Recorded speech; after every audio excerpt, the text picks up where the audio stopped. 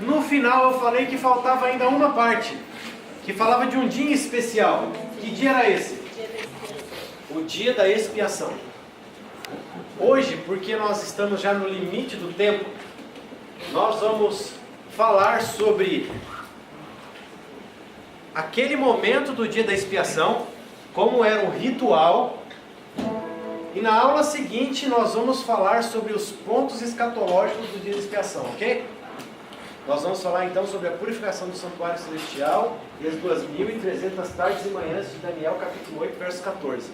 Vamos estudar também o capítulo 7 e o capítulo 9 de Daniel. Isso nas próximas aulas. Por que nós precisamos fazer essa introdução? Porque senão você não vai entender a profecia de Daniel. Para que você entenda a profecia de Daniel e a profecia de Apocalipse e também o que Jesus Cristo está fazendo agora no céu por nós, você precisa entender todas as facetas do sistema do sacrificial do santuário mosaico do Antigo Testamento. Coloca aquela palestrinha para mim lá. Doutrina do santuário. O dia da expiação, você trouxe a Bíblia, abra sua Bíblia aí no capítulo 16 de Levítico.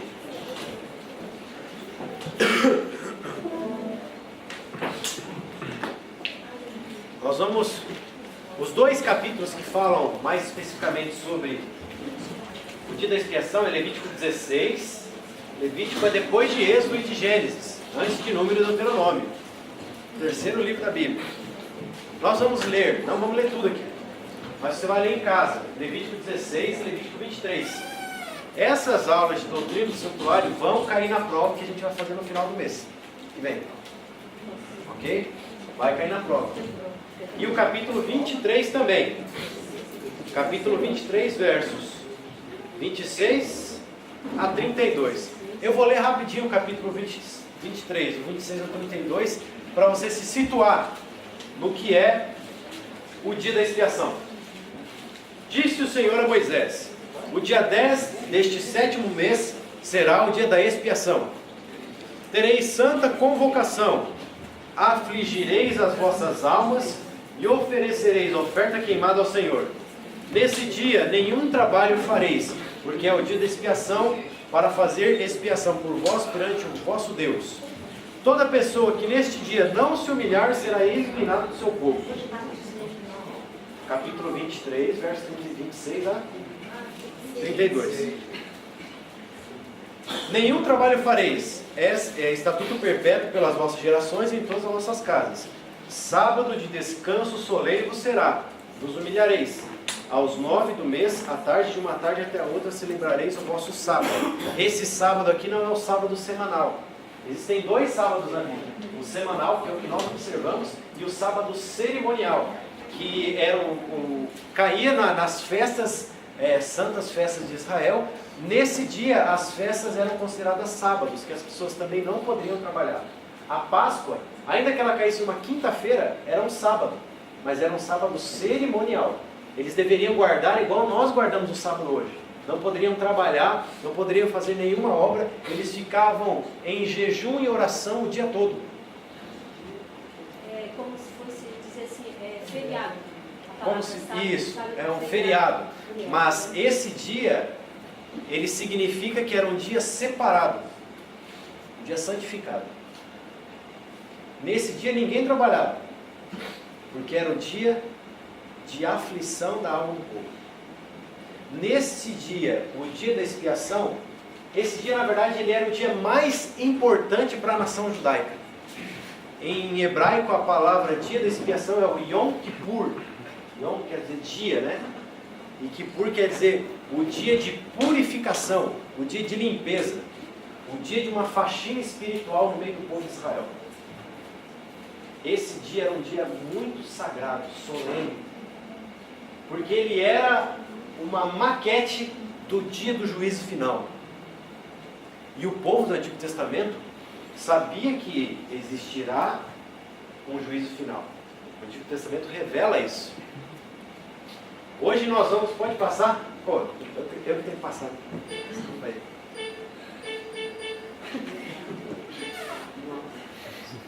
Aí, passou. Tem uma frase do Dr. Andreas que eu achei interessante. Olha que legal. O dia da expiação, ele acontecia no dia 10 do 7º mês do calendário judaico. Dia 10 do 7º mês. Só que uma semana antes, o sumo sacerdote ele tinha que se preparar para ele fazer esse trabalho. Olha que o Dr. Andreas ele fala, no 3º dia do 7º mês, 7 dias antes, uma semana antes, o sumo sacerdote se mudava da sua casa para o templo. Ficava uma semana morando dentro do templo, só o sumo sacerdote. Ali passava ele a semana em oração e meditação, e também preparando o ritual para o dia da expiação, de modo a não cometer erro algum. Era um dia muito sério, sagrado, solene. Fala, Celso. Pastor, quando fala dia 10 do 7º mês, seria igual ao nosso mês agora, mês de julho? Não, porque o calendário judaico, o primeiro mês do calendário judaico é o nosso abril. Como se fosse o nosso abril. Entende? Ele começa diferente. Hoje eu não sei como é que é, se ele segue o calendário judaico ou gregoriano, mas na época de Israel, o primeiro mês começava mais ou menos no nosso mês de abril. O ano começava em abril. O ano deles começava em abril. Porque o ano deles era baseado na Bíblia, nas datas que Deus colocava. Entende? Agora, nesse dia tão especial, era um dia em que o santuário, esse santuário que nós vimos, agora não está mudando, ele era purificado. Mas purificado do quê? Purificado do quê? O que tinha sujado ele? Tá. Como? Ok. Vamos fazer uma recapitulação da aula passada. Tinha o sacrifício diário e o sacrifício que as pessoas faziam pelos pecados delas. O que o sacerdote fazia com o cordeiro que a pessoa oferecia?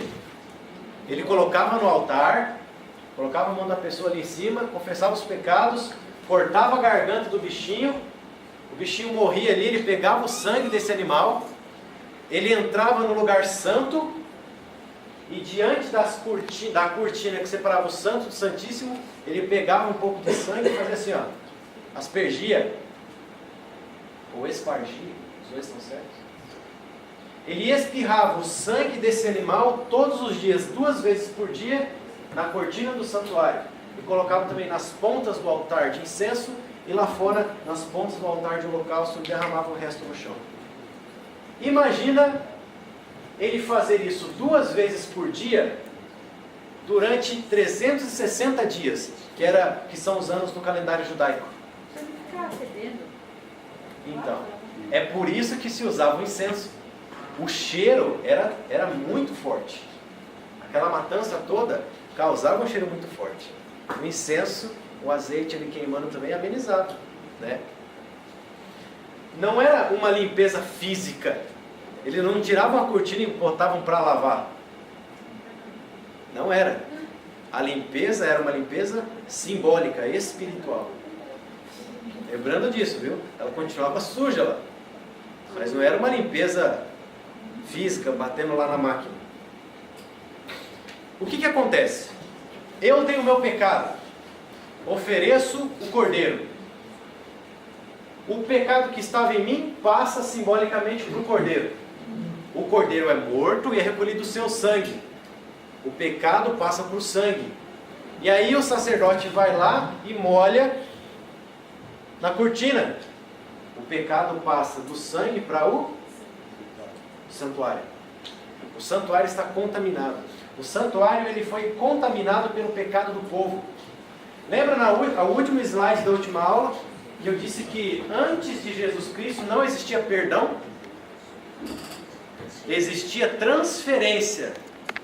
Transferência. Eu era perdoado, mas a minha dívida estava em algum lugar. Estava lá no santuário.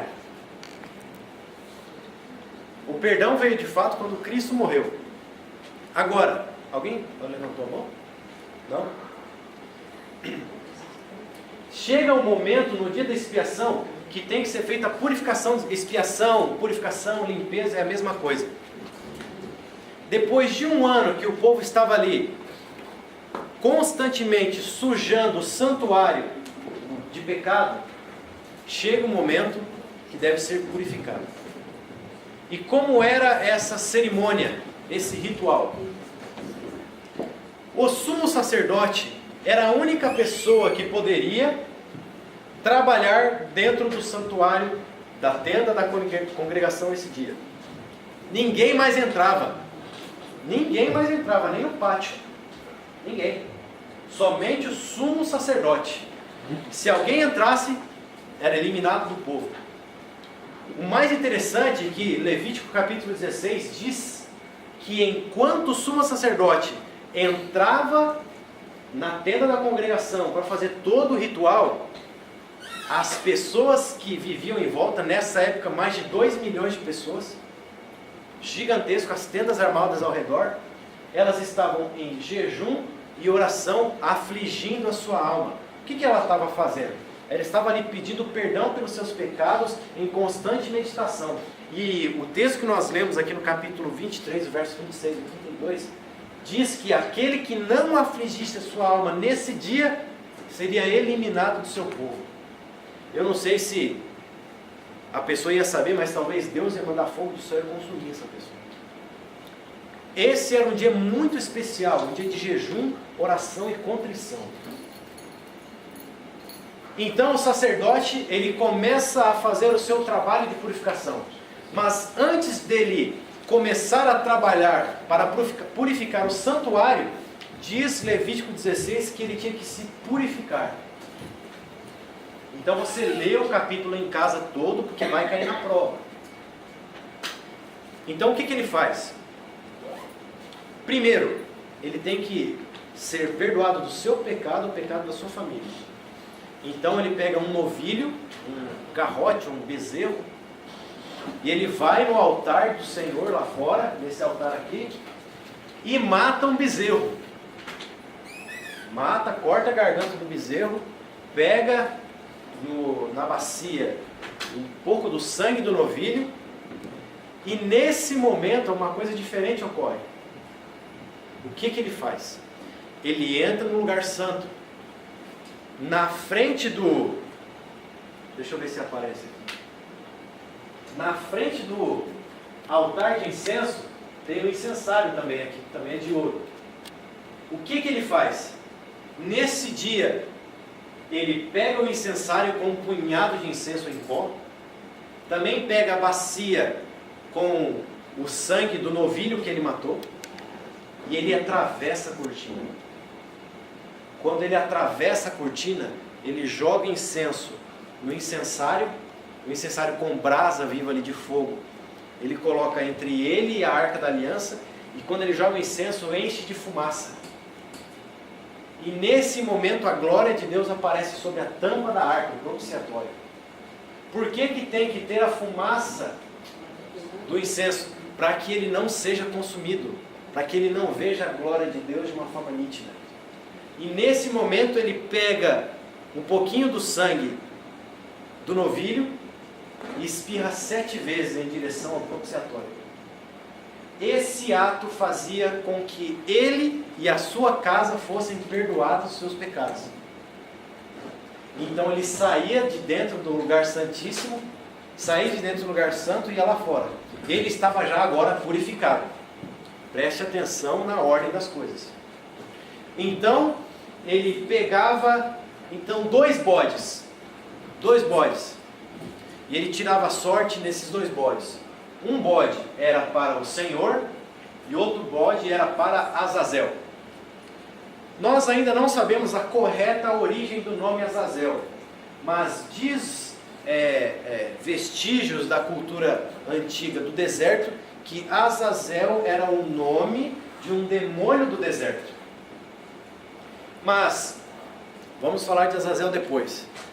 Então o sumo sacerdote já estava purificado do seu pecado, da sua família também, o pecado da família.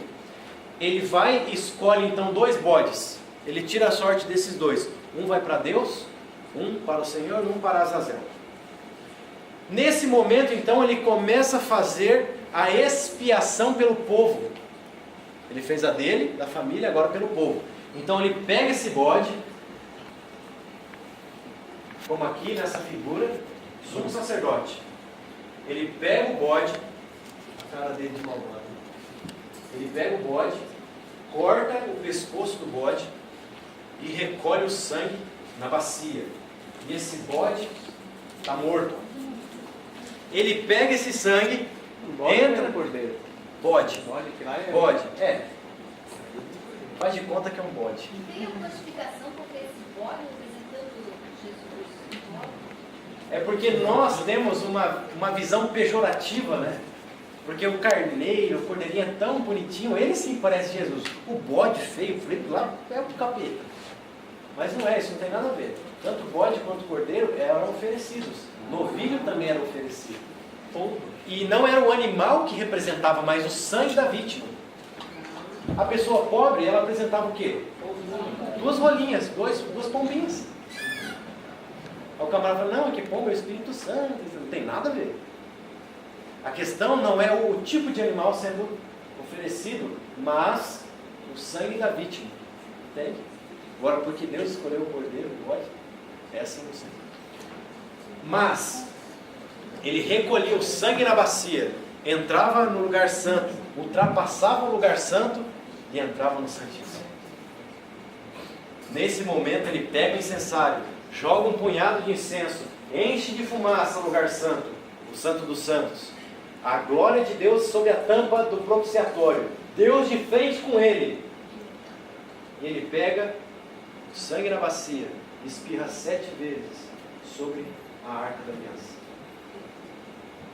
E assim que ele sai, ele se apresenta na frente. Opa! Pastor, por que 7 vezes? Olha, isso a gente pode falar numa aula futura, mas a Bíblia ela tem a sua numerologia, né? Ou os seus números. E sempre quando nós falamos das atitudes, do caráter da pessoa de Deus, o número 7 sempre aparece. Eu acredito que seja um dia, porque o sangue simbolizando o pecado. Um dia para cada semana. Perdoar o pecado cada dia. Mas isso nós não podemos fazer total essa relação. Por quê? Porque a purificação do santuário acontecia uma vez por ano. Então ele teria que ficar 360 vezes assim. Mas independente disso, não é isso que nós devemos ter, isso é um detalhe. Mas, uma curiosidade.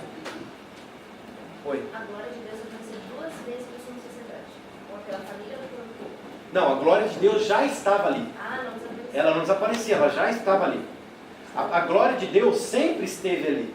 Até mesmo nos dias normais. Não, você representava para o sumo sacerdote. Porque ele entrava só uma vez por ano, mas ela estava ali naquele dia como sempre esteve. O sacerdote via ela 2 vezes, porque ele entrava 2 vezes, mas ela sempre esteve ali. Entendeu? Mas aquela glória, aquele brilho... Aquele brilho.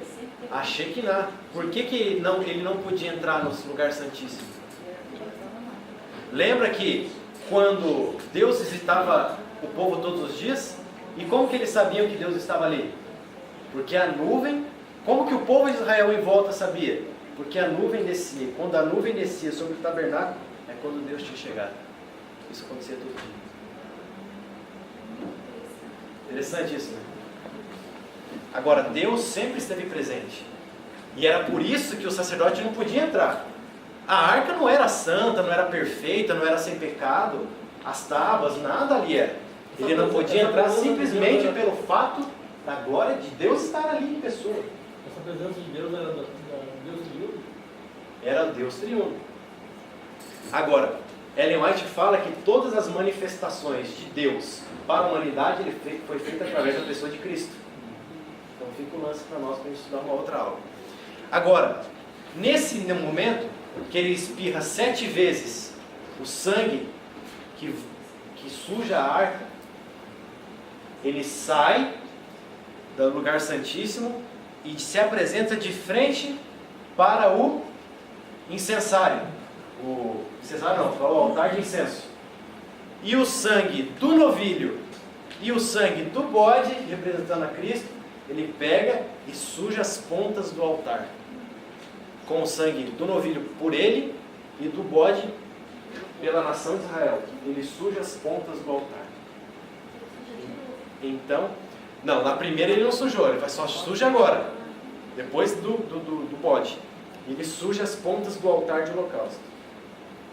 Quando ele sujava as pontas do altar lá de fora e de dentro nos sacrifícios diários. O mais interessante é que no dia da expiação, ainda por ser o dia da expiação, também tinha o sacrifício diário. Além do sacrifício diário, tinha o sacrifício do dia da expiação.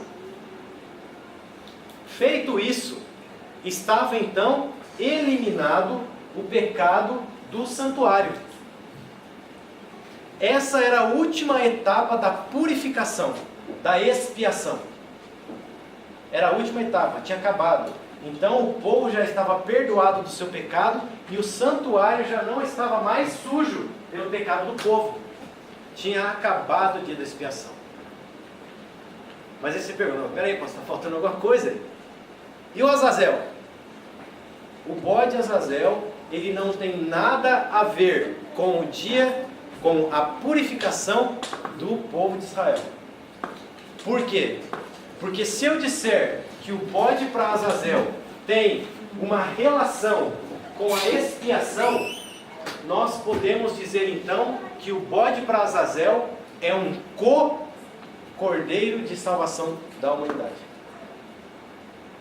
Mas, no momento em que o sumo sacerdote pegava o bode para Azazel, ele colocava as mãos sobre a cabeça do bode, e ele começava então a confessar os pecados de todo o povo. Ele confessava o pecado de toda a nação de Israel sobre aquele bode. Mas quando ele estava fazendo isso, o santuário já tinha sido purificado. Era uma cerimônia à parte na cerimônia do dia da expiação, da purificação do santuário. Era uma cerimônia à parte. O bode Azazel, ele não está sendo morto no nosso lugar, tanto que ele permanece vivo. Ele não é um coparticipante na expiação do pecado da humanidade. Entendam isso. O santuário já tinha sido purificado, porque o bode, para Cristo, tinha morrido ali, para o Senhor. Mas então ele sai da presença do Senhor ali, pega o seu bode para Azazel, confessa os pecados do povo dele, da família dele, na cabeça do bode, escolhe um homem de uma tribo para pegar esse bode e levar para o deserto. Como que ele sabia o pecado? Bom, ele ouvia tudo, né? Porque ele trabalhava todos os dias ali. Sim, ele é o juiz. Mas ele nominava os pecados ou ele só... A Bíblia diz que ele confessava os pecados de Israel. Então eu penso assim, isso aqui é uma adição minha. Mas eu penso que ele confessava o pecado de uma forma assim, ó. Pai, perdão porque houve apostasia no meio do seu povo. Perdão porque houve adultério no meio do seu povo. Perdão porque houve mentira, porque houve assassinato. Eu penso assim, Pai, perdoe o João porque ele roubou o pé de feijão. Pai, perdoa o José porque ele deu um tiro no pé. Né? Isso não é mais ou menos assim, eu gosto do negócio. Agora, eu penso que ele confessava de uma forma geral o pecado, não é assim, perdoa os pecados. Não, ele confessava o pecado do povo, eu penso que dessa forma, e aí ele designava um homem que levava esse bode para o deserto. Por que que esse bode não é um coparticipante no pecado, no perdão do pecado do povo? Porque lá em Hebreus, lá em Hebreus 9, nós aprendemos que sem derramamento de sangue não há remissão de pecados. E o sangue desse bode era derramado? Então ele não é coparticipante. Agora, mas o que significa então esse bode para Azazel? Nós vamos falar disso na outra aula. Mas ele simboliza, tem aqui na sua folhinha, ó, essas duas últimas linhas aqui e a parte de trás. Esse pecado, na verdade, não era perdoado, era transferido para o bode. Né? Na verdade, o pecado foi transferido para o bode morto E perdoado. Agora, Cristo, que morreu. Foi ali o sangue lá, morto lá no santuário. O que é transferido simbolicamente para esse bode Azazel são as consequências do pecado daqueles que não aceitarem o sacrifício de Jesus. Ou seja, não confessaram. Aqueles que não aceitaram Jesus, não confessados. Até as pessoas perguntam, o que é o pecado contra o Espírito Santo? É simplesmente aquele pecado que você não deixa de cometer. Você não quer pedir perdão. Isso é pecado contra o Espírito Santo. Agora, esse bode ele era enviado para o deserto, simbolizando então o exílio de Satanás. Dos 1000 anos, nós vamos falar na próxima aula. Então, ele não simboliza só Satanás. Ele simboliza, esse Azazel, todos os ímpios que não se beneficiaram do sacrifício de Jesus, que era o bode que purificou o santuário. Então, você tem duas escolhas. Ou você pode escolher ser participante do sangue do bode morto, ou você pode ser participante na peregrinação do bode para o deserto.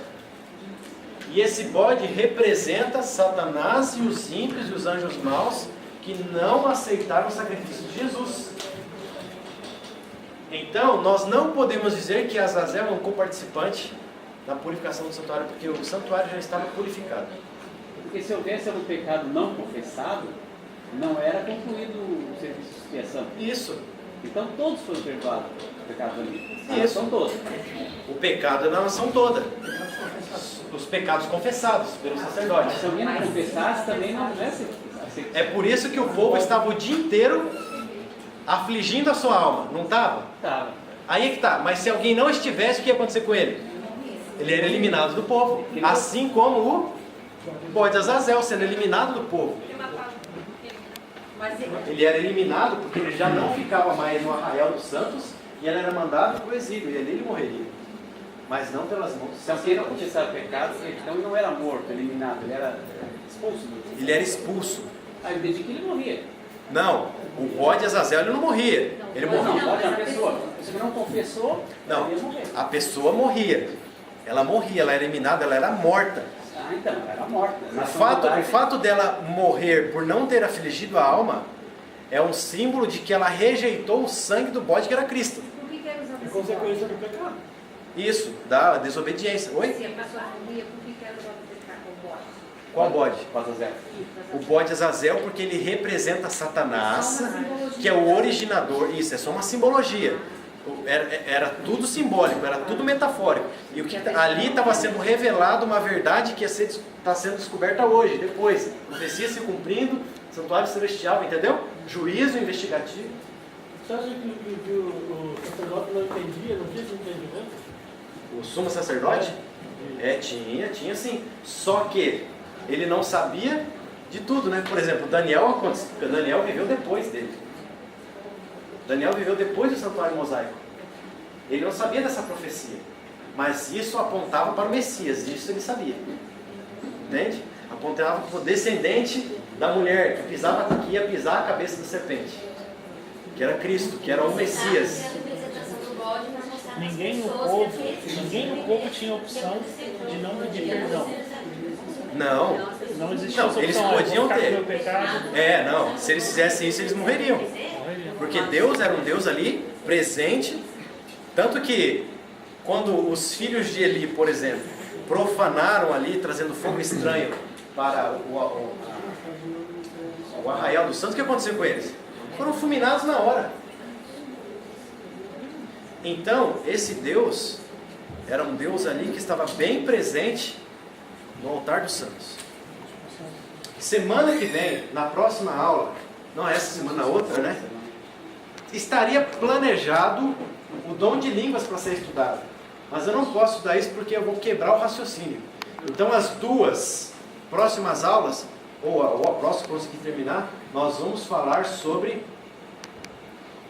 a profecia de Daniel, capítulo 8, verso 14. Fábio, coloca para mim o outro PowerPoint, por favor. Vou dar só mostrar para vocês isso aí.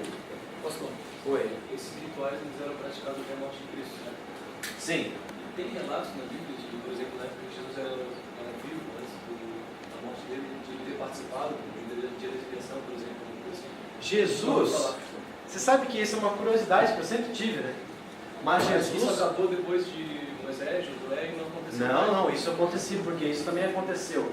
Quando não usava mais o santuário mosaico, usava o quê? Usava o templo que quem construiu? Salomão. Mas os judeus continuaram fazendo o sacrifício, mas não Sim, aceitaram. até mesmo depois da morte de Cristo, os judeus continuaram fazendo, porque eles não entenderam. Eles continuaram, mas já não tinha mais valor. Sabe quando foi parado de fazer? No ano 70 depois de Cristo, quando os romanos invadiram e destruíram de uma vez por todas o templo, o santuário. Mas até aquele momento, esses judeus que não entendiam, eles sacrificavam. Agora, os judeus atuais, eles usam uma desculpa. Porque como eles não acreditam no Cordeiro de que é Jesus o Messias, eles deveriam, então, estar sacrificando cordeiros. Por que eles não sacrificam? Eles dão a desculpa que no ano 70 foi destruído o nosso santuário e Deus proverá para nós um cordeiro. É a desculpa que o judeu usa. Assim como Deus proveu um cordeiro para Abraão no Monte Moriá, Ele vai prover para nós o cordeiro. E é por isso que eles não matam o cordeiro hoje. Então o mosaico foi substituído pelo templo. Sim, pelo santuário, pelo templo, isso mesmo. E esse templo ele foi destruído um monte de vezes, né? E reconstruído, como o de Esdras. E isso é importante para a nossa próxima aula. Porque na reconstrução definitiva ali do santuário, no tempo de Esdras, foi o início da profecia das 2.300 tardes e manhãs. Hoje nós demos só uma pincelada de como era o dia da expiação no santuário mosaico. Isso foi importante porque agora você vai entender a profecia bíblica. A partir daí nós vamos entender as 2.300 tardes e manhãs, qual santuário foi purificado em 1844 e se ele foi purificado, do que ele estava sujo. E nós vamos entender então qual é o ministério de Cristo hoje, não só como cordeiro, mas também como sumo sacerdote. Isso na próxima aula. Beleza? Ok. Alguém tem um anúncio aí da direção da escola de missão? Tudo certo, pastor?